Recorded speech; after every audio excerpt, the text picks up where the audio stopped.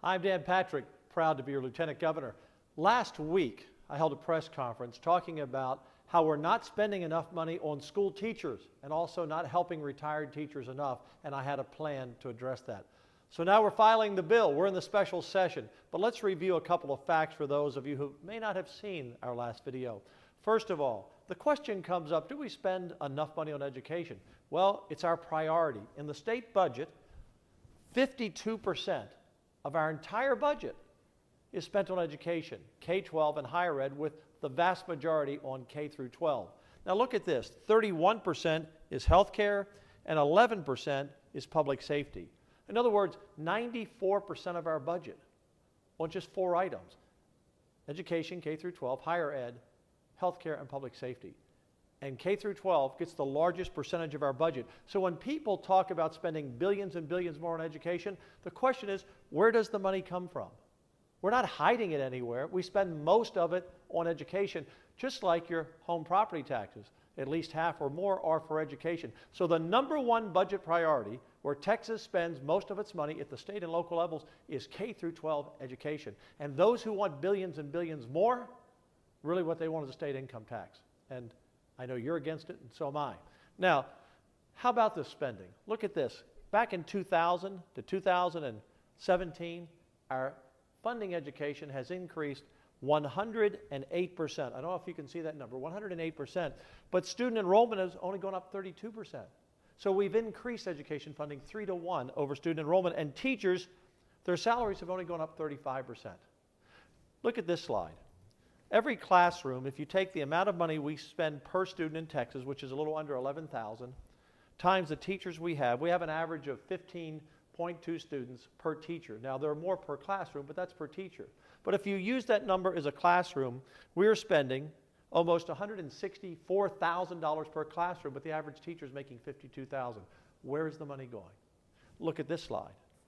Of all of the money we spend in Texas on education, which is nearly $60 billion a year, you heard me right, $60 billion, less than 32% goes to teachers. Less than 32%.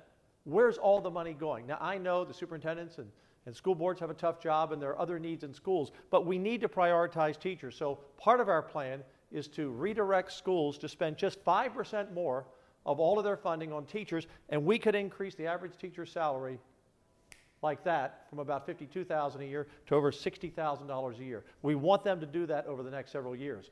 But we've also laid out a plan.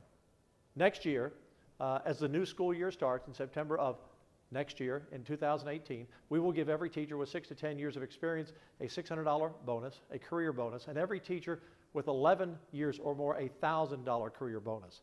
And then we will continue those bonuses, and the governor's call for a $1,000 increase in the average teacher's salary, we're going to include that moving forward beyond next year by taking and prioritizing money out of the lottery. We always said we're spending the lottery money on education. Well, it really today only pays about $1 billion out of the $20 billion a year we spend on the state side. But we want to take half of the lottery money, again about $1 billion a year, take half of that and dedicate it to teacher salaries and teacher bonuses. Now, let me close with talking about retired teachers. We have an issue like everyone else does with health care for our retired teachers. For many years, the premiums were frozen and the deductibles and the premiums were low.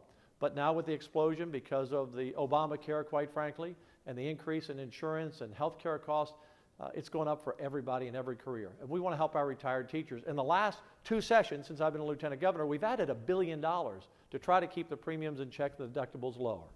But even though we put in more money this year, we have to address retired teachers. Now, we talked about in our press conference giving every retired teacher with 20 years or more experience a $600 a year bonus and adding some money to TRS Care.